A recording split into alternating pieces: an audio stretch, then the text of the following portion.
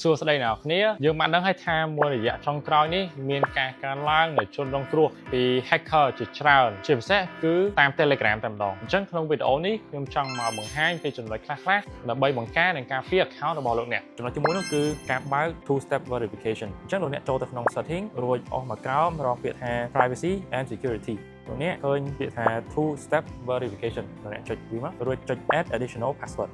ក្នុងនេះគេតម្រូវឲ្យលោកអ្នកចុចឬក៏វាយ password ចូលលោកអ្នកអាចវាយ password ដែលលោកអ្នកចង់បានរួចលោកអ្នកចុច create password ទីនេះគឺកន្លែងដែលលោកអ្នកត្រូវដាក់ hint ទីនេះគឺជាពាក្យឬក៏ប្រយោគមួយដែលជួយលោកអ្នករំលឹក password នៅពេលដែលលោកអ្នកភ្លេចអញ្ចឹងលោកអ្នកអាចដាក់អីដែលតាក់ទងទៅនឹង password ដើម្បីជួយរំលឹកអញ្ចឹងលោកអ្នកអាចចុច continue បាននៅទីនេះគឺតម្រូវឲ្យលោកអ្នកដាក់ recovery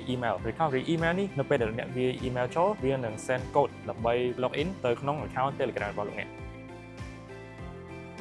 ទីនេះតម្រូវឲ្យលោកអ្នកវាយ code ដែលបាន send ទៅកាន់ email របស់លោកអ្នក password របស់លោកអ្នកត្រូវបាន set នេះមានន័យថា two step verification របស់លោកអ្នកបានរួចរាល់រួចលោកអ្នកចុច return ទៅ setting ចំណុចទី2នោះគឺ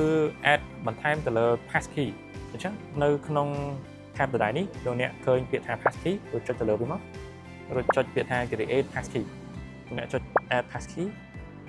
លោកអ្នកគ្រាន់តែ scan មុខឬក៏វាយ password lock screen របស់លោកអ្នកជាការស្រេចលោកអ្នកអាចចេញមកsetting វិញអញ្ចឹងចំណុចទី3នេះគឺការ check ទៅលើ device មួយណាដែលលោកអ្នកមិនស្គាល់ហើយចូលប្រើប្រាស់ account Telegram របស់លោកអ្នកអញ្ចឹងជាដំបូងលោកអ្នកចូលទៅក្នុង setting រួច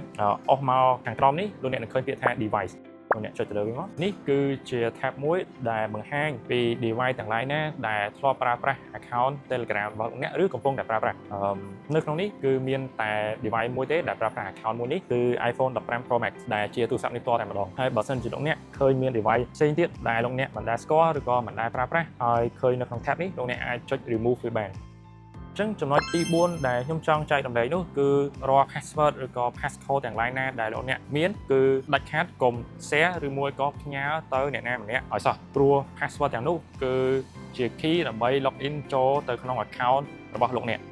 ហើយចំណុចចុងក្រោយនោះគឺការប្រុងប្រយ័ត្នជាមួយនឹងការចុចទៅលើ link ចុចទៅលើ file exe raw ដែលត្រូវបាន send ទៅលោកអ្នកដោយមនុស្សបានស្គាល់មិនដែលស្គាល់ហើយគ្មានគោលបំណងច្បាស់លាស់ទាំងនេះសុទ្ធសឹងតែជាចំណុចសំខាន់ដែលជួយលោកអ្នកកុំឲ្យមានការ hack ឬក៏ជនខិលខូច hack ចូល account Telegram របស់លោកអ្នកដើម្បីយកទិន្នន័យទៅធ្វើរឿងផ្ដេសផ្ដាស